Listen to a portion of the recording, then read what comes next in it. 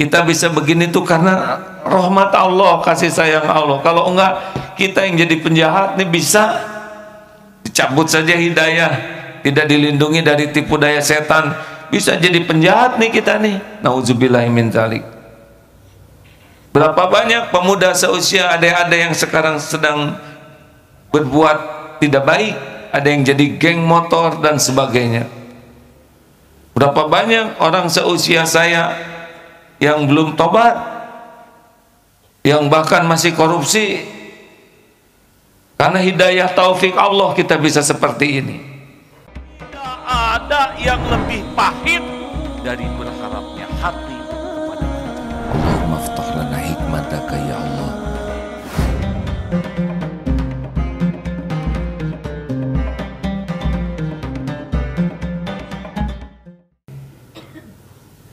Jadi hadirin, bagaimana tadi bahwa hidayah itu milik Allah. Jadi kalau kita sibuk menasehati tapi kita tidak yakin Allah yang membulak-balik hati, itu salah satu kelemahan nasihat kita. Seorang guru yang terus-terusan marah kepada muridnya karena muridnya belum sesuai harapan, ini tidak tepat. Karena yang membulak-balik hati murid adalah Allah Subhanahu wa Ta'ala.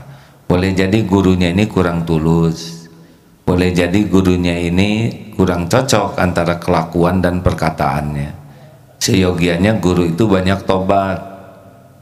Kalau murid-muridnya nakal semua, guru yang sukses sebetulnya adalah guru yang bisa mengantarkan murid-muridnya menjadi baik. Kalau gurunya baik sendiri dan muridnya ngaco semua dan istiqomah dalam kengacauannya, kita harus evaluasi diri nih sebagai guru. Mengapa Allah belum menjadikan diri kita menjadi jalan? Sama di rumah juga orang tua tidak cukup hanya menasehati anak-anaknya, karena anak itu dibulak-balik hatinya oleh Allah Subhanahu wa Ta'ala. Harusnya setiap orang tua evaluasi diri, perbanyak tobat, perbanyak apa ini yang salah pada diri saya sehingga saya belum jadi jalan anak-anak saya berubah. Begitulah hadirin, guru, orang tua, pimpinan harus banyak evaluasi diri. Para pedagang, ini sebentar lagi masa APW ini akan dagang. Yang membulak-balik hati pembeli itu adalah Allah Subhanahu wa Ta'ala. Jadi kita tidak usah acting memuji-muji pembeli dengan pujian yang tidak sesuai. Datang ibu-ibu, ibu, tiap kali ketemu makin muda, 100 kali ketemu jadi bayi, kan ini menghina. Jangan memuji-muji barang dagangan, jangan mengatakan sumpah palsu, jangan menjelek-jelekan produk orang lain, karena yang menentukan dia beli atau tidak itu adalah Allah Subhanahu wa Ta'ala. Kita jujur saja, lempeng apa adanya, tidak ada tipu-tipuan, tidak ada berlebihan. Memuliakan pembeli boleh, dan tidak usah mengatakan pembeli adalah raja, ya kecuali kalau Raja Salman yang belinya. Tapi kalau ini santri tetap ya. Nah hadirin sekalian, kalau kita yakin yang membulak-balik hati itu adalah Allah Subhanahu wa Ta'ala, maka kita akan lebih sibuk mengupayakan diri kita disukai Allah dan doa. Jadi jangan pernah lemah berdoa. Jadi kalau megang santri keluarkan doa, siapa tahu itu yang lebih diijabah daripada nasihat panjang lebar dan santrinya tertidur pulas begini ya. Gak apa-apa ini santri anak-anak begini, Masya Allah. Mudah-mudahan ada hikmah. Baik, ini para penyimak Facebook, ini saya mohon ya, Allah sekarang sudah memudahkan kita belajar dengan banyak media, tetapi jangan menjadi merasa hebat hanya karena melihat, mendengar sekali saja. Sekarang kita bisa berguru dari lebih banyak para ulama. Kita bisa rasakan pakai hati, ulama ini sayang atau tidak kepada umat, kepada ciptaan Allah. Ingat ya, irhamu man fil ard yarhamkum man fis sama. Sayangi yang di bumi, yang di langit menyayangimu. Islam adalah agama rahmatan lil alamin. Rasulullah Shallallahu Alaihi Wasallam adalah Nabi Rahmah, Nabi penuh kasih sayang. Oleh karena itu kita harus terus membaca rasa kasih sayang di hati kita kepada makhluk-makhluk Allah. Seorang wanita atau seorang laki-laki juga ada beberapa riwayat. Ada yang wanita pernah berzina kemudian nolong seekor anjing, ini sudah sering dibahas. Itu hadisnya sahih. Ternyata bisa mendapat ampunan Allah Subhanahu wa taala karena kasih sayang yang ada di hatinya. Ada wanita ahli ibadah tapi mengurung seekor kucing dan tidak memberi jalan kucing itu makan. Ternyata ia finnar karena sudah tidak ada kasih sayang lagi di hatinya. Dalam dakwah juga begitu. Kita bisa begini itu bukan karena kehebatan kita. Kita bisa begini itu karena rahmat Allah, kasih sayang Allah. Kalau enggak, kita yang jadi penjahat nih bisa dicabut saja hidayah, tidak dilindungi dari tipu daya setan, bisa jadi penjahat nih kita nih. Nauzubillahi min dzalik. Berapa banyak pemuda seusia adik-adik yang sekarang sedang berbuat tidak baik, ada yang jadi geng motor dan sebagainya. Berapa banyak orang seusia saya yang belum tobat, yang bahkan masih korupsi. Karena hidayah taufik Allah kita bisa seperti ini. Makanya melihat orang lain juga kita ingin orang lain dapat hidayah dan taufik. Ada orangnya, ada kelakuannya. Kepada kelakuan buruknya kita tidak boleh suka karena memang itu tidak disukai Allah. Tapi ke orangnya kita harus berharap orang ini diselamatkan oleh Allah, orang ini diampuni dosanya, orang ini diberikan petunjuk. Rasakan bedanya hadirin. So adik-adik sekarang lihat, ini keluar saja dari masjid, lihat tukang jualan, hati kita tuh langsung doakan, ya Allah semoga jualannya berkah, semoga rezekinya melimpah, bisa jadi jalan rezeki halal bagi keluarganya, anak-anaknya. Rasakan bedanya. Lihat yang ojek, wah ini beli makanan ke toko, dia antri makanan enak, padahal dia sendiri sudah mencium baunya, hanya bagian nunggu, bagian nganter. Bayangkan, tolong belikan sate kambing muda. Ditungguin itu sate oleh tukang ojek. Rai, tapi dia nggak beli, dah uangnya terbatas, dia hanya menghirup. Tapi kan cukup menghirup, justru itu penderitaannya ya nggak? Menghirup bau sate dan tidak makan sate, mending tidak menghirup sekalian.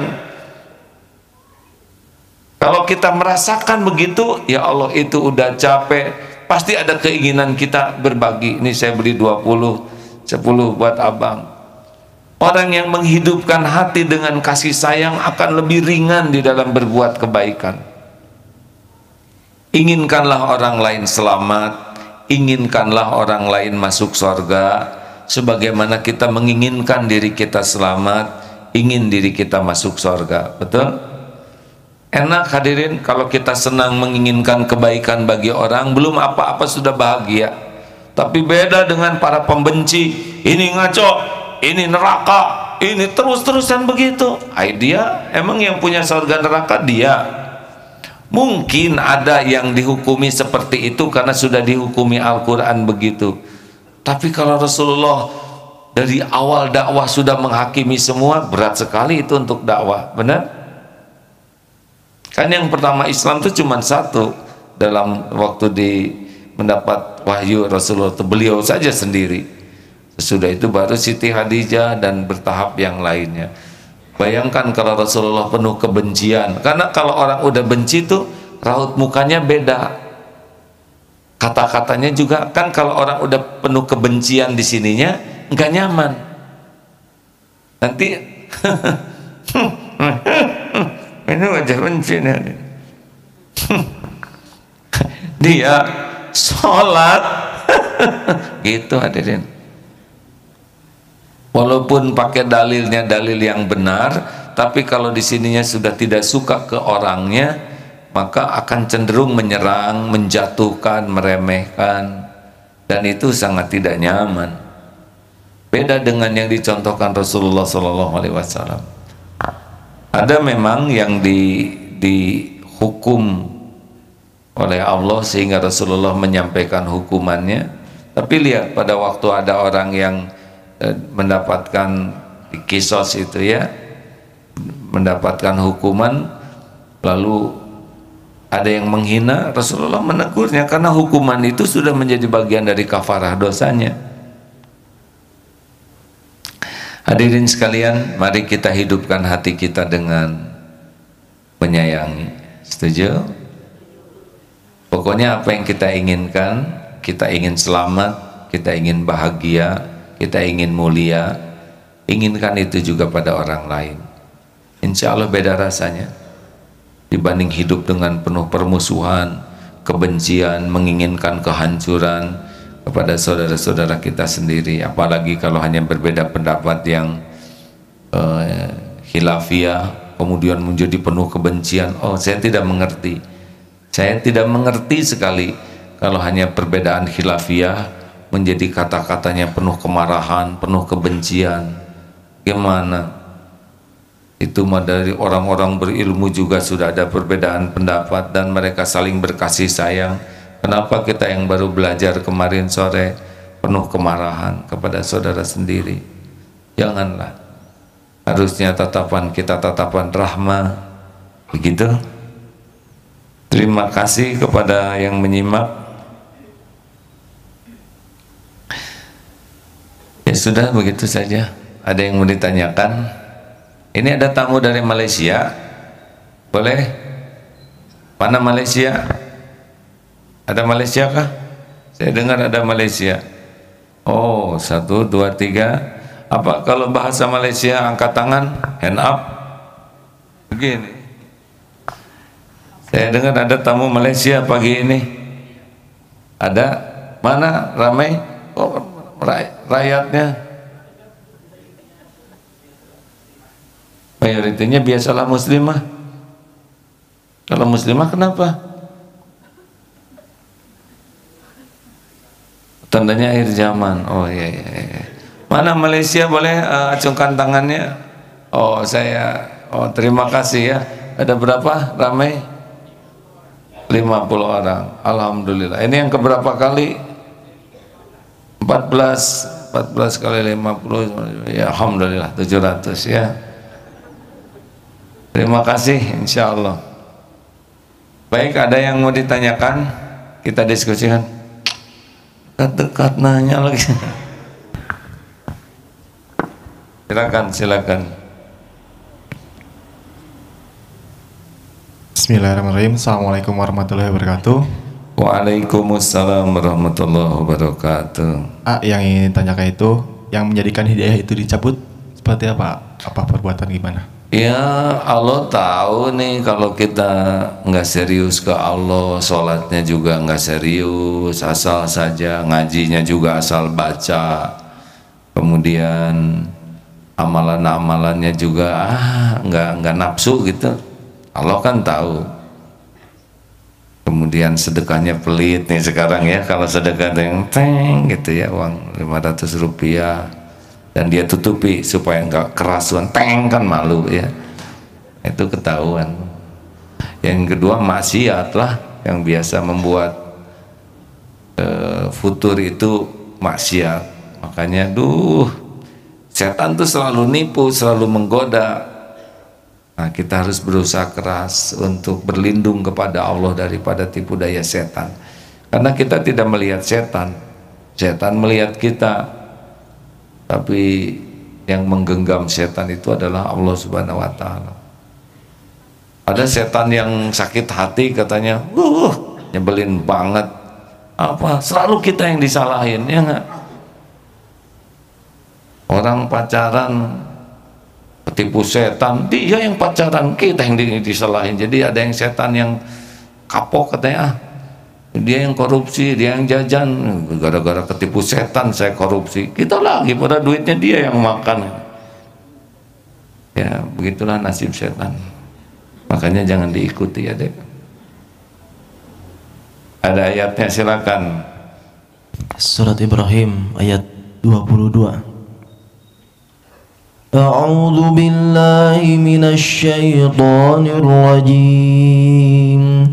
وقال الشيطان لما قضي الأمر إن الله وعدكم وعد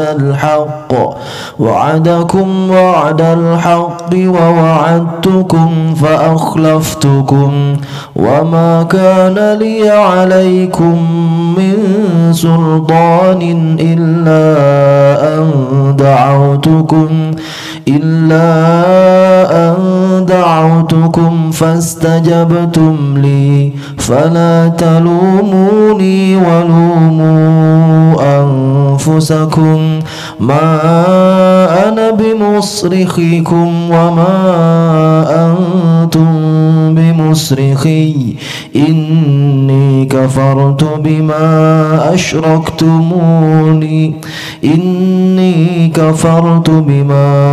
أشركتموني من قبل إن الظالمين لهم عذاب أليم. Dan setan berkata ketika perkara hisab telah diselesaikan, sesungguhnya Allah telah menjanjikan kepadamu janji yang benar, dan aku pun telah menjanjikan kepadamu, tetapi aku menyalahinya. Tidak ada kekuasaan bagiku terhadapmu, melainkan sekedar aku menyeru kamu, lalu kamu mematuhi seruanku. Oleh sebab itu janganlah kamu mencerca aku, tetapi cercalah dirimu sendiri. Aku tidak dapat menolongmu dan kamu pun tidak dapat menolong aku. Sesungguhnya aku tidak membenarkan perbuatanmu mempersekutukan aku dengan Allah sejak dahulu. Sungguh orang yang zalim akan mendapatkan siksaan yang pedih. Nah begitulah, setan tuh cuman bisa ngebisiki. Kalau kita berbuat maksiat itu berarti kita yang memilih kemaksiatan, memilih tipu daya setan. Ya begitulah hadirin. Terima kasih para pendengar yang baik.